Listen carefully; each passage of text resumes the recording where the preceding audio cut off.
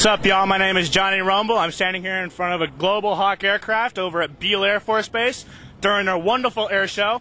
And I have to officially say, because of all the military hardware around here, I am geeking the f*** out. I'm standing here with Staff Sergeant Chet Oleski, the dedicated crew commander or crew chief, sorry, for this U-2 standing here. What does the U-2 do exactly? High altitude reconnaissance. Over enemy territory, I would assume? Some instances, I imagine. Classified, I take it? Probably, yeah. Okay. I've heard a lot of reports that these aircraft, when fully outfitted, cost over $1 billion once they take off. Is that true? I don't know about $1 billion, but it's definitely up there in the millions. And I'm here with Captain Nails in front of his F-15D. Where are you from, Captain? Boise, Idaho. Boise, Idaho. Is it beautiful out there? Oh, yeah, it's great. A little bit colder than this, though. Can you tell us a little bit about your plane here? It's F-15. It's all-weather air superiority fighter. We do air-to-air combat missions, and our two primary missions are offensive counter-air, defensive counter-air. Basically, in a nutshell, we either escort our bombers in or we keep their bombers from trying to bomb us. Sounds like fun. Yes, it's a good time. A lot of training, get to go really fast, pull a lot of Gs. How many G-forces can this airframe hold? We can pull 9G. 9 Gs? What's that like? Everything above 7 feels the same. It just hurts a lot. You know, I came from a military background. What do you have to say to a lot of people that says fighter pilots just have big egos and nothing else? What do I say to that? So you have to. Being a fighter pilot is highly demanding, and everybody's really proud of what they've accomplished to get where they're at now. If you could be flying right now, would you? Of course. Right, sitting here on the ground, right? Yeah. And I'm standing here in front of a, well, perhaps not in front of, but a good distance away from a KC-10 extender. These are refueling aircraft for the United States Air Force. The model came online in the 80s. It was designed to replace the KC-135. Unfortunately, it didn't happen. But these aircraft are much more capable than the 135s ever will be. They not only haul gas, but they can also pass gas. I'm standing here with Captain McPherson, who's inside the aircraft. His choice. But he's a evaluator on the T-1A Jayhawk, correct? Correct. Out of Laughlin Air Force Base, Texas.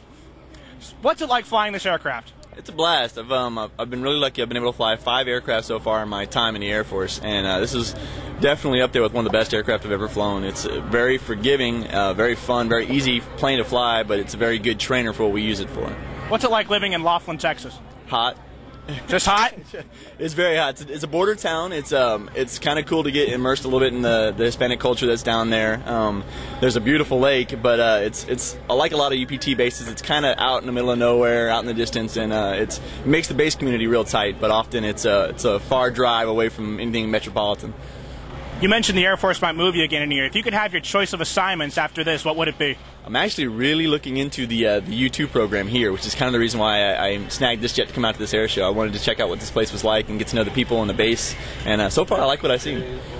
After the U-2, would you like to get your astronaut wings, just out of curiosity? Is that a dream for you? It's crossed my mind. I got to get permission from the wife, and we'll see what happens from there.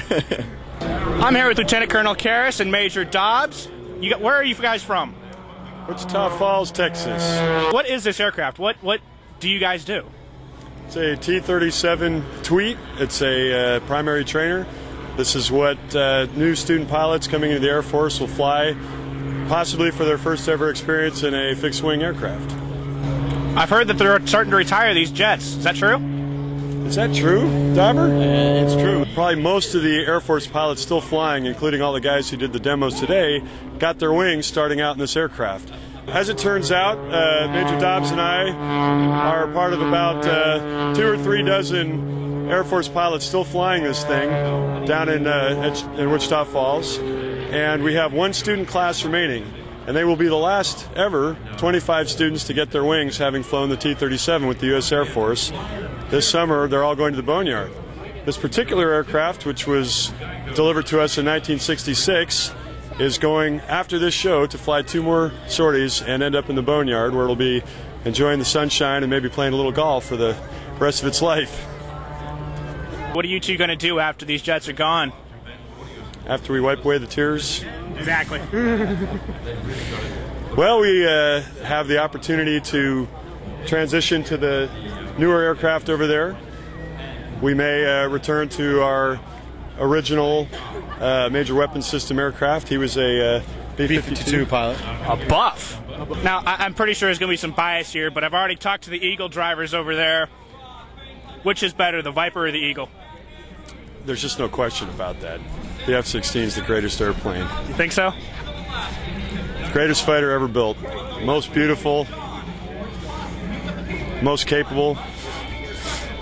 Matter of opinion. Of course, we have a friendly rivalry going, but honestly, what I liked about the F-16 is that I got to do a little of everything. Kind of a jack of all trades, and don't say master of none. Expert at all those trades as well. It was a lot of fun to fly. Absolutely fantastic airplane. Now, I know I got the same question for you. Buff or bone? Well, I think it's not confirmed, but I believe the B-1 inside the bomb bay is pink. Now you take or leave that, but next time you go to an air show, you can validate that one, because I think it's pink on the inside. But all right, I'll do that. I'll take a look up there. And here we have the B-52G model. It's known as the Stratofortress officially, but there's an acronym being tossed around in the Air Force, the Marines, Navy, everybody. This is lovingly known as the Buff, which non-derogatorily it means big, ugly, fat, friendly.